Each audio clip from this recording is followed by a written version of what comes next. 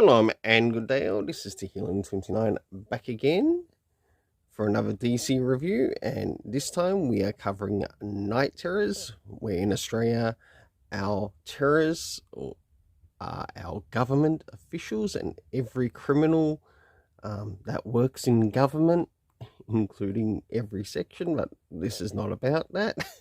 Let's move directly into the Joshua Williams Night Terror event. As I've stated before, I'm only picking up certain titles connected to this series.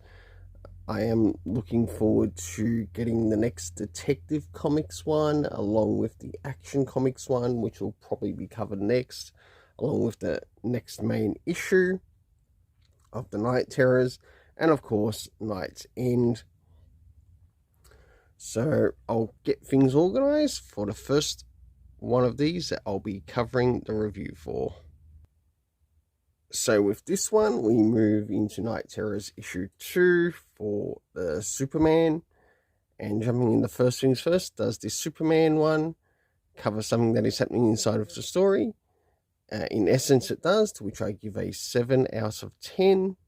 It's now time to move into the internal art, as well as some of the things that are happening story-wise with the character of Superman and Supergirl. So as we move into this particular story, we get a bit of a flashback with Kara Zor-El in regards to her past, and seeing basically some of the creation which connects to, say, Doomsday.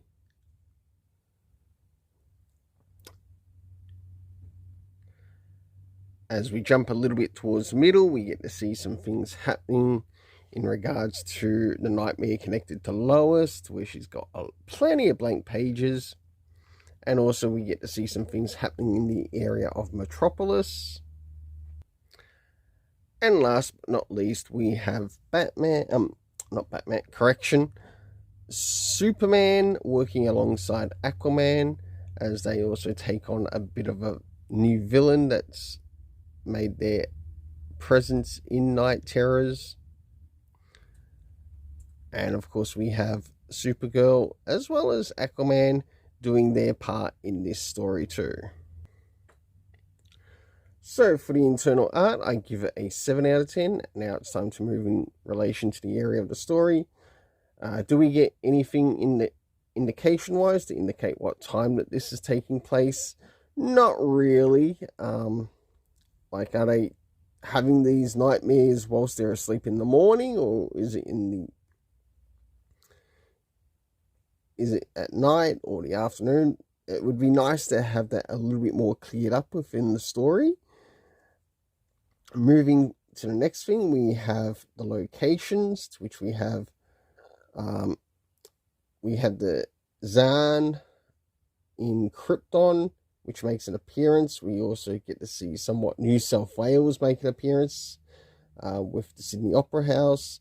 We get the Metropolis, and of course the Hall of Justice.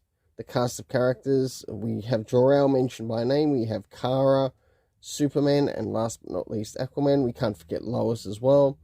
For the overall story rating in this, I gave it a 7 out of 10.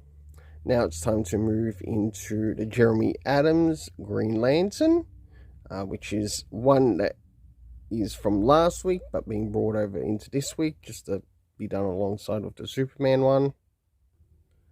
So, first things first, does this cover in any way, shape, or form connect to something that is happening inside of the story? Sure enough, it does, to which I give it a 7.5 out of 10. Yes, that's right, it's a little bit higher than the Joshua Williamson one. That's a bit of a surprise, that, isn't it? Okay, now let's move into the internal art. Seeing that this has 2 stories, I'm going to rate it all as 1 story. Even though the backup is done by someone else. The main one is done by Jeremy Adams.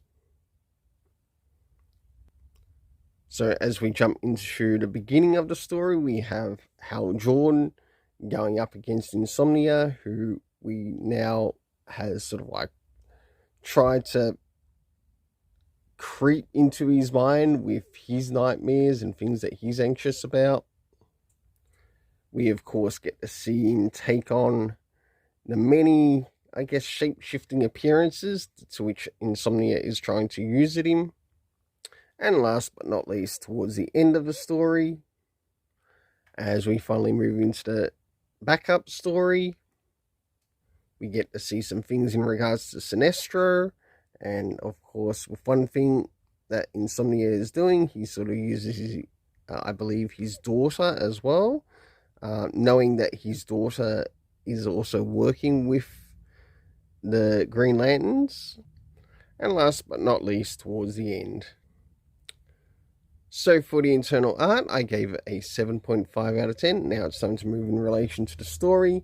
So first things first, did we get anything in relation time-wise? No, we didn't.